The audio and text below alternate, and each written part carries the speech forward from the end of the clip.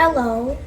Today I'll be doing a project describing the steps of the water cycle. So first we will need a glass of hot water, a bowl, a few rubber bands, some ice, and a plastic wrap. The bowl represents the surface of the planet where the water collects. Plastic wrap represents the atmosphere. The ice represents the cool atmosphere. And the water represents the ocean.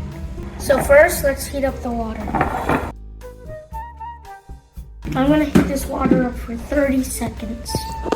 This microwave represents the sun heating the water on the Earth's surface. Now on planet Earth, the energy source is the sun that heats up the water.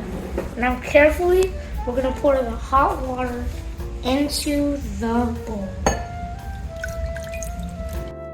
So now we have our Earth and the ocean.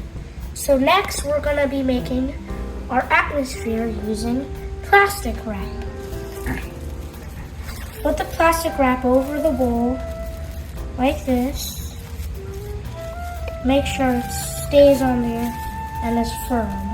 We'll use these rubber bands to lock in the atmosphere so no water escapes. As you can see, condensation has already begun to form on the atmosphere we have been creating. Through the process of evaporation, the water is rising up to the film and condensing on its surface. If you look closely, as you can see tiny water particles form on the bottom of the plastic wrap. Well, that shows how condensation is forming. In order to speed this process up, let's cool down the atmosphere by pouring this ice on top of it.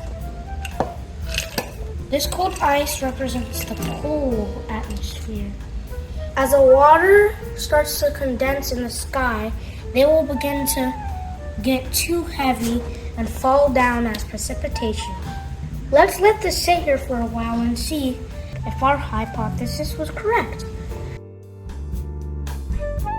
Okay, a few minutes have passed now, but if you look, you can see that the condensation that has happened has begun to collect and fall back down.